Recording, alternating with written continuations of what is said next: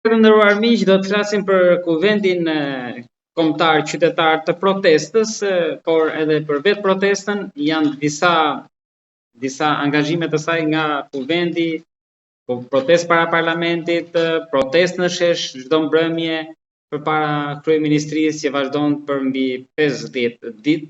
Por çfarë do ndodh tani në vazhdim, çfarë do të prodhojë ky kuvend, a ka prodhuar më shumë bashkim apo ndoshta edhe përçarje? Për këtë do të flasim me një nga pjesëmarrësit e tij që ishte pjesë e këtij kuvendi që u zhvillua ditën e shtunë, Evaristo Demiraj, i cilin e përshëndes. Ai ka pas një fundjavë të ngjeshur pasi erdhi në Tiranë, është kthyer prapë në Zvicër ku jeton dhe punon në aktivitetin e tij atje. Evaristo, përshëndetje dhe faleminderit. Përshëndetje Ylber dhe shumë faleminderit për ftesën. Faleminderit ju, por çfarë prodhoi ky kuvend në Tiranë atë ditë? Pam që u bët edhe pjesë e headlineseve ndërkryesore të mediave, si për debatet, si për konfliktet aty, ishte diçka që mund ta themi edhe shqiptarçe, ashtu sikur e biseduam edhe bashkë përpara se zhvillonin bisedën, por diçka spontane, nuk është ishte diçka para fasadë. Ky është populli, këta janë njerëzit, kështu i zgjidhin problemet, ka diskutim. Çfarë prodhoi kuvendi? Unë do thosha, siç thatë edhe ju, në fillim prodhoi shumë tym të zi, zift fare biles, por kam një lajm të mirë, në fund doli dhe tymi i bardhë. Domethënë në fund e bëm kuvendin, e filluam kuvendin, edhe pasi doli gjitha i zift, gjitha i tymi i zi, edhe doli edhe nga Sadha gjitha i tymi i zi, në fund fare mbetën njerëzit të cilët realisht kishin interes, të cilët realisht kishin kuriozitet, po ashtu të cilët e kuptuan konceptin e kuvendit, një koncept i hapur, bashkëpunëtor, edhe ne kemi ndenjur me mund të them me ajkën e atyre njerëzve që erdhën në atë ditë, kemi diskutuar 3-4 orë, diskutime të hapura, diskutime shumë të fryqme, edhe unë besoj që si ne organizatorët e kuvendit, po edhe ato njerëzit edhe ishin rreth 100 deri në fund, po edhe ato njerëzit dolën shumë të kënaqur nga takimi i parë, se edhe ky është një keq kuptim, sepse ne nuk kemi edhe forcën e mediave që të kuptohet eksaktësisht që ishte thjesht një takim i parë. Aty nuk ju e keni treguar në këtë rast që edhe pa media u bë gjithë ajo protestë. Po, domethënë këtë do thosha edhe unë, domethënë mediat që raportuan në mënyrë të njëanshme, që aty u bë hataja, agresivitet, zënka, në fakt atë e kishim llogaritur ne, edhe në fakt na bëri mirë, sepse gjëja më e keqe që mund të ndodhte atë ditë ishte që mos ta kishte marrë vesh askush që u mblodhën ca njerëz.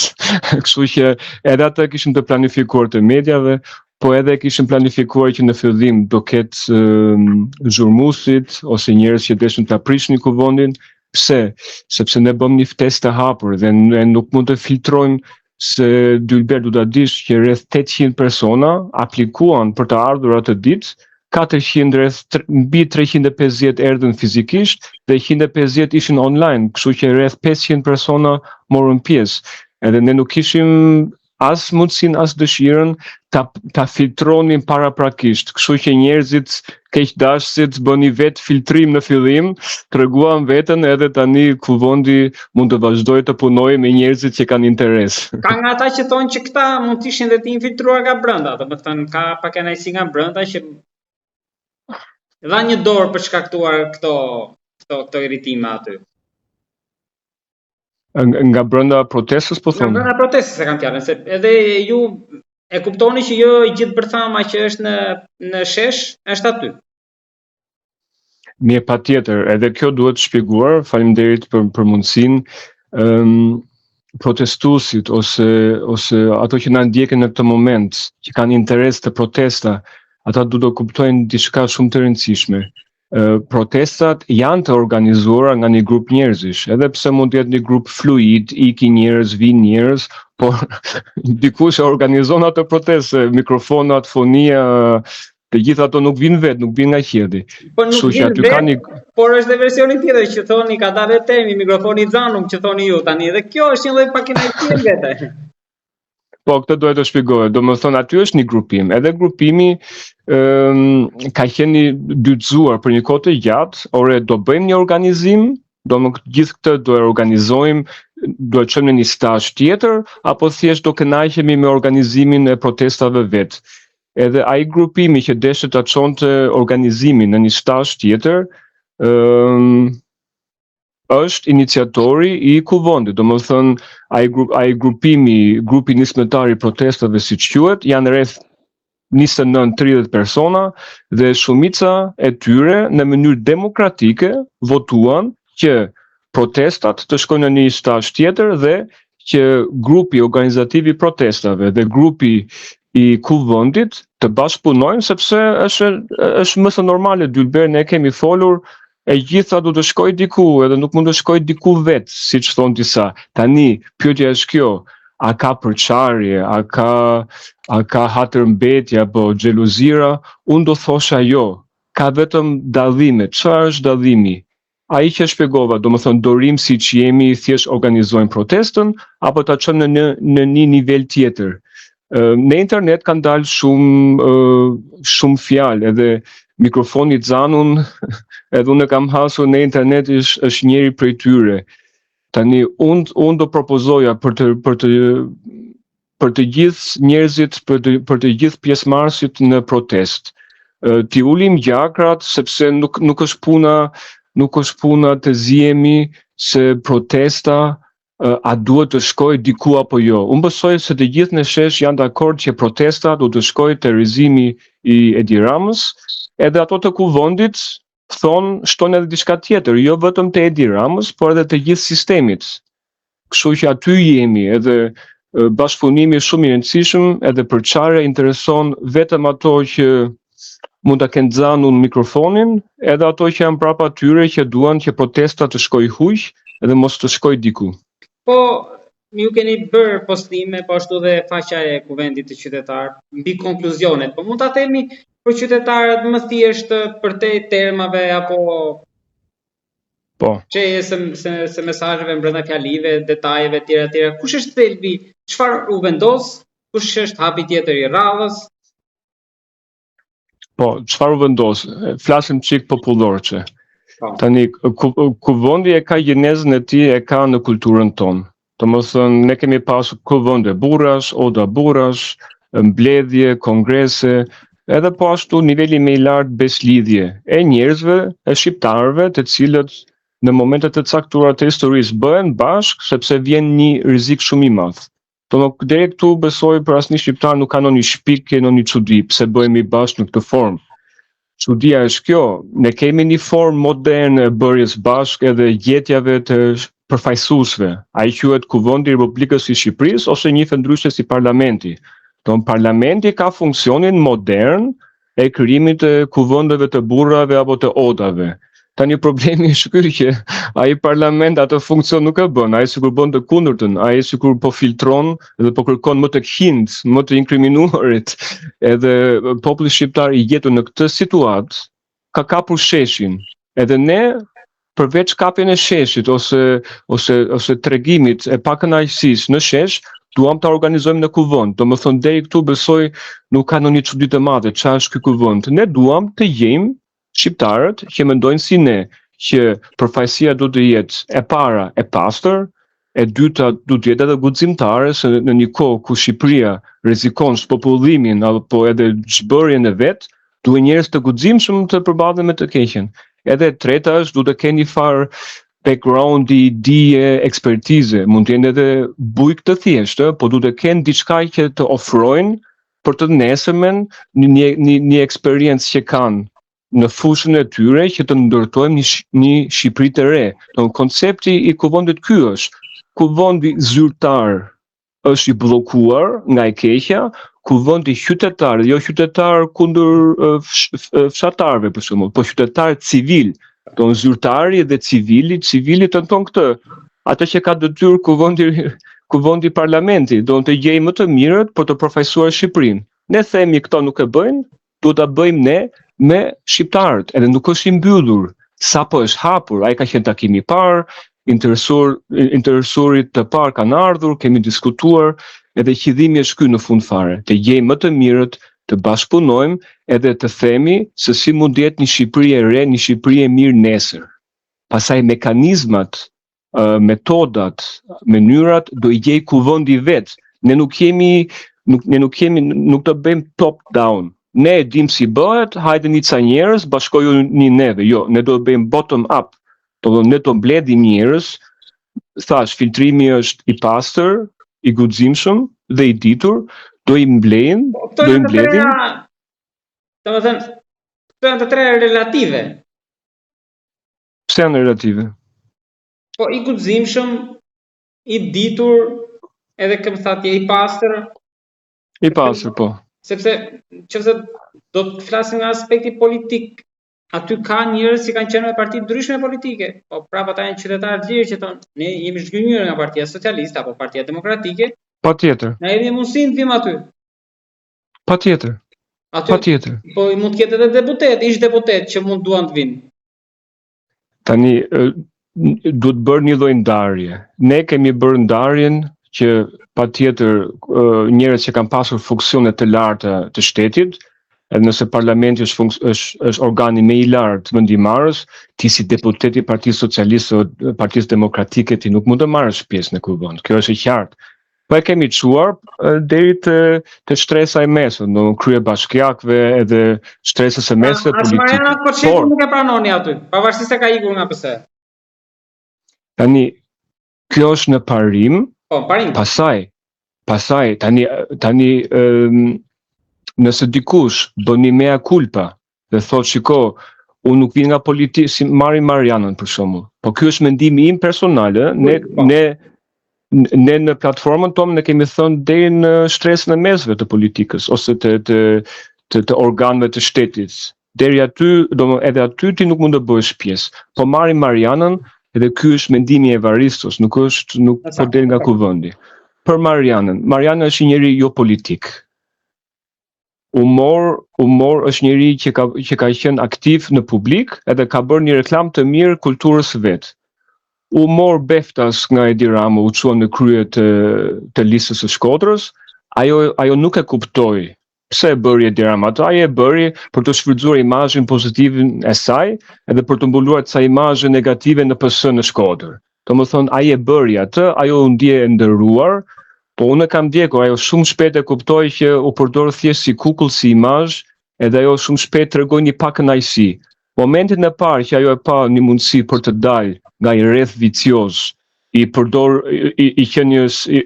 përdorur si kukull, ajo doli. Për mendimin tim, nëse ajo bën një mea culpa, edhe thotë, unë se kuptova për çfarë u përdora dhe unë nga nesër dua dijen time, mundësitë e mia t'i përdor për të mirën e Shqipërisë, për Evariston, ajo është okay. Po pastaj këtë nuk e vendos Evaristo, këtë e vendos kuvendi, njerëzit që marrin pjesë edhe votohet në mënyrë demokratike.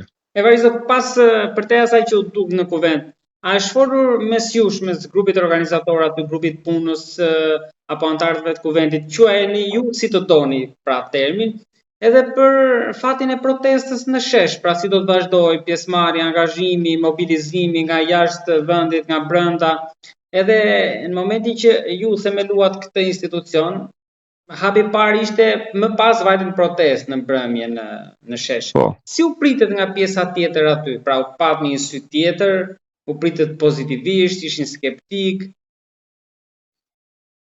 Jo, tani kjo duhet kuptuar.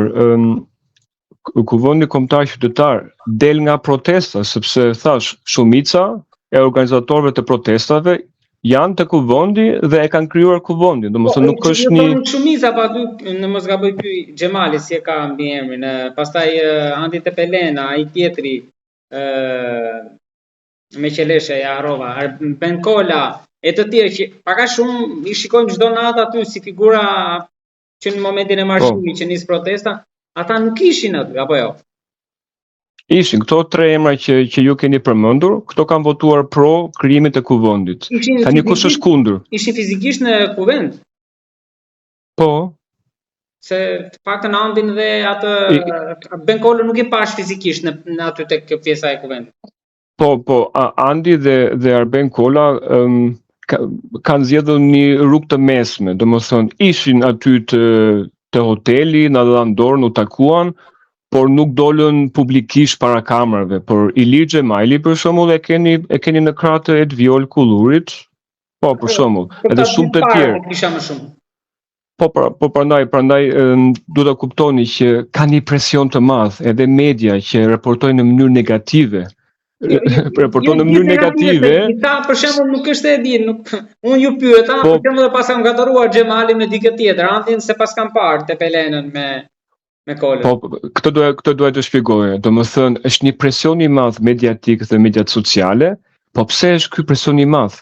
Sepse diçka aty po luan, domethënë ato që e kuptojnë politikën, që e kuptojnë lojën, e kuptojnë shumë mirë që kuvendi është një rrezik real kundrejt protestave pa kokë, është një rrezik real për të ndryshuar diçka në Shqipëri. Prandaj presioni është shumë i lartë. Unë jetoj në Zvicër, unë masa nuk e ndjej aq shumë sa shumë njerëz, sa shumë organizatorë të protestave. Edhe disa prej tyre, për shembull edhe zonja Luciana apo zonja Arlinda, edhe shumë të tjerë që nuk do t'i përmend individualisht, kanë zgjedhur një rrugë të mesme. Janë shprehur pro krimit të një kuvendi, një organizimi të mëtejshëm, po nuk duan të jenë aktiv fizikisht ose para kamerave që të duken sikur janë ato tani udhëheqësit, sepse kuvendi ka në veten një koncept tjetër.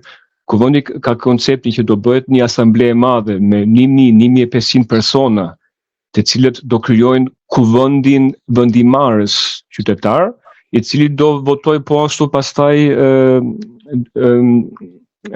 bordin ekzekutiv. Domethënë është gjithçka është demokratike, nga poshtë lart. Qeverinë e hije është një interpretim, jo, qeverinë për bord ekzekutive kam fjalën për çfarë, se është diskutuar edhe për një qeveri të kuvendit. Bord, thash, është një strukturë piramidale, domethënë 1.500, po që e përneten edhe 10.000 persona që do krijojnë bazamentin, asamblen, patjetër që nuk diskutohet dot me 10.000 persona. Ato do zgjedhin 150 deri në 300, varet se sa janë në bazament. Edhe ato 150 ose 30 do votojnë edhe një herë 25 deri në 30 persona të cilët do krijojnë bordin. Bordi nuk është qeverinë e hije. Bordi ka si detyrë që dëshirën e 10.000 personave apo të gjithë protestave ta kanalizojnë në vendimarrje dhe në vendimet e qarta. Kjo është tani disa njerëz thonë pse duhet kjo. Dylber, ne po flasim aktualisht me WhatsApp, me unë për shembull nga celulari. Po janë dashur mira njerëz të organizuar, të strukturuar në formë piramidale në kompani, që ne të kemi mundësinë të flasim në këtë moment. Tani nuk e kuptoj këtë pyetjen për çfarë duhet organizimi. Ja, si mund të flisnim ne nëse 10 mira të Facebooku apo të WhatsAppi apo të iPhone-i, të Apple-i mos të organizoheshin. Domethënë kjo është për mua pyetje e palogjikshme. Për atë që pjesën tjetër të pyetjes, çfarë keni menduar për këtë verë dhe për shtatorin ndoshta? Si do vazhdojnë? Po, kuvendi njerëzit do ta kuptojnë mirë. Kuvendi për mua, po edhe për shumë njerëz që marrin pjesë, është shpëtimi i protestave. Sepse kush ka marrë pjesë fizikisht kohë të fundit e ka kuptuar prej shumë faktorësh, ka shumë faktorë që e kanë ulur pjesëmarrjen në protest. Kuvendi, duke qenë mishërimi i kërkesave të protestuesve, është shpëtimi dhe vazhdimësia e protestave në frymë. Domethënë, po nuk është një institucion paralel konkurrues.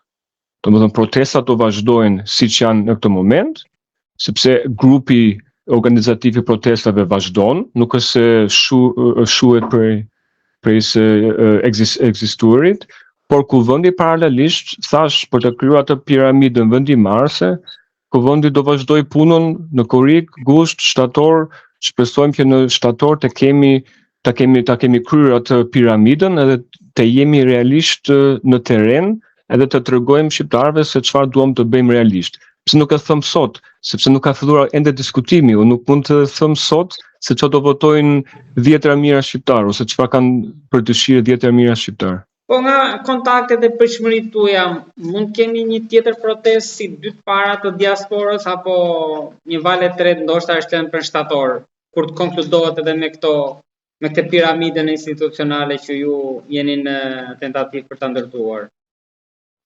Po kjo është eksaktësisht, kjo është shpresa ime e madhe, domethënë kur fryma e protestës, kërkesat e protestave të jenë mishëruar në një strukturë realisht vendimarrëse, unë shpresoj kur të prezantohemi pasaj para sheshit, edhe do therasim një ditë ku do prezantohemi para sheshit, sepse në fund fare e kemi edhe në platformën tonë, në rregullat tona të brendshme. Në fund fare, sheshi protestues duhet të na pranojë. Legitimitetin ne marrim nga protesta, sepse përfaqësojmë frymën e protestës. Nëse ne kur të dalim, kur të kemi finalizuar strukturimin e kuvendit, nëse protesta nuk na pranon, nuk na pranon, ne pastaj nuk do vazhdojmë aktivitetin tonë. Nuk do ta vazhdoni aktivitetin pra të kuvendit, por do vazhdoni protestën. Protesta vazhdon, thash, këto janë gjëra dy të pavarura, paralele, po në fund fare, thash, ne duam të përfaqësojmë frymën e protestës dhe të mishërojmë kërkesat e protestuesve. Nëse protestuesit nuk na pranojnë, pastaj ne nuk kemi legitimitet. Kjo mund cilësohet ky dokument me këto rregulla edhe këto norma, mund cilësohet ndoshta edhe si kushtetuta e këtij kuvendi, me këto që ne folëm pak më lart. Por çfarë thotë kjo, nëse do ta vazhdoj këtë linjë kjo kushtetutë edhe për fatin e kryeministrit dhe qeverisë. Pra do vazhdoni me këtë bindje që jep dorëheqjen pa negociata, pa ulur, nuk pranojmë asnjë kusht, pra çdo gjë fillon tek dorëheqja, apo do uleni? Sepse nga një pjesë analizëve që kanë folur këto ditë kanë theksuar që edhe pro protestës, njëri prej tyre që gabimi më i madh i protestuesve është që nuk kanë kërkesa ekonomike dhe nuk pranojnë të ulen, edhe me qeverinë, edhe t'i lënë afat që duam këtë, kjo të bëhet për kaq. Ne këtë e kemi shumë qartë te platforma jonë. Platformën e kemi për të publikuar shumë shpejt, sepse ajo është akoma në diskutim, thash, kuvendi sapo ka filluar, ne kemi propozuar një platformë, po platforma patjetër duhet pranuar, ndryshuar, tjetërsuar, kështu që ne paqen në mënyrë finale, ne nuk mund të për shembull në mënyrë publike, gjërë publike të prezantojmë idetë tona, por nuk janë finale, se po i prezantove sot, mas një muaj do të thuash ndryshe, thonë, edhe këto nuk janë nga serios. Domethënë, kur të jemi final, do i prezantojmë edhe këto. Po unë mund të them që sot, që dy pika më të rëndësishme janë që ne nuk të ndalemi derisa të japi dorëheqjen Edi Rama, dhe dy, nuk ka në mënyrë absolute negociata me Edi Ramën. Nuk ka. Tani, a ka analistë që thonë që ky është gabim? Patjetër ka dhe analistë që thonë mos u mblidheni, mos u organizoni se do bjeri vetë, por analistët ato pun kanë. Kështu që ne kemi shumë qartë, kush vjen te kuvendi du ta pranojë që nuk ka negociata dhe nuk të ndalemi derisa të japi dorëheqjen. Edhe diçka të fundit kam së pari që aty është kritikuar mungesa e gjeneratës Z, pra të rive në këtë mbledhje të parë, dhe së dyti, Evaristo, me gjithë këtë që ju më thatë, mendoni që kanë durimin shqiptarët për të pritur struktura të hap pas hapi, do bëhet kjo, apo i duam një mësuar të kemi gjërat pak shpejt? Okej, të fillojmë të parën. Mos pjesëmarrja e gjeneratës Z ose mos përfaqësimi nuk është i vërtet, sepse gjenerata Z aty është, mase nuk është në përqindjen që shumë njerëz ose gjenerata Z mund ta dëshironte, të ishte gjysma apo 1/3 apo unë besoj rreth 15 deri 20% është. Edhe nëse shohim popullatën shqiptare, besoj përfaqësia është eksakte siç është popullata shqiptare, sepse jemi plakur shumë. Kështu që gjenerata Z jo të mëse është pjesë sot, unë i bëj një thirrje nëse shohin këtë, të jenë të hapur mëndërisht, ta ndjekin kuvendin, të ndjekin intervistat, të ndjekin njerëz publik, edhe të paktën në një ftesë të radhës të hapur të marrin pjesë, ta dëgjojnë mirë. E dyta, cila ishte e dyta, pika e dytë ishte pyetja e dytë? A kanë durim shqiptarë të presin kaq? A kanë durim? a kanë durim shqiptarët. Kjo vjen nga eksperienca e hidhur që ne jemi mësuar të bëjmë gjërat shpejt edhe të fillojmë nga fundi. Domethënë ne duam gjën ta fillojmë nga fundi. Problemi është ky, kur fillon nga fundi edhe kur është gati, aty fshehet diçka. Çfarë fshehet? Aty fshehet që dikush e ka përgatitur, e ka financuar, e ka strukturuar nga lart, poshtë, edhe të thotë ty na urdhëro merre këtë tani dhe e ke gati, vazhdo. Ne nuk do të bëjmë këtë. Ne nuk po e marrim sa gdham gati. Ne po e krijojmë vetë. Ne kemi krijuar një strukturë, disa ide, disa kolona, po gjithçka është në diskutim. Edhe a kanë shqiptarët durim? Nëse duan diçka reale, du të kenë edhe pak durim. Nëse duan diçka falso, pastaj të marrin diçka falso, se janë vetë ofruar shumë grupime, organizata të tjera të cilët thonë, ja, e kemi platformën gati, merreni tani. Ne nuk do bëjmë këtë. Ne do e krijojmë me asamblen, me kuvendin, me bordin, edhe pastaj do ja përcjellim shqiptarëve kur të jemi realisht, kur ta kemi marrë nga poshtë lart. Kur të jemi gati do e përcjellim. Edhe ju them sot shqiptarëve që kur ta shohin rezultatin do thonë po, bravo, mirë që pritëm pak sepse doli realisht diçka e mirë. Gjërat e mira avash avash bëhen edhe unë të falenderoj për bisedën dhe të uroj sukses edhe mbarësi dhe në vazhdim. Evaristo, faleminderit shumë. Shumë faleminderit, mirupafshim.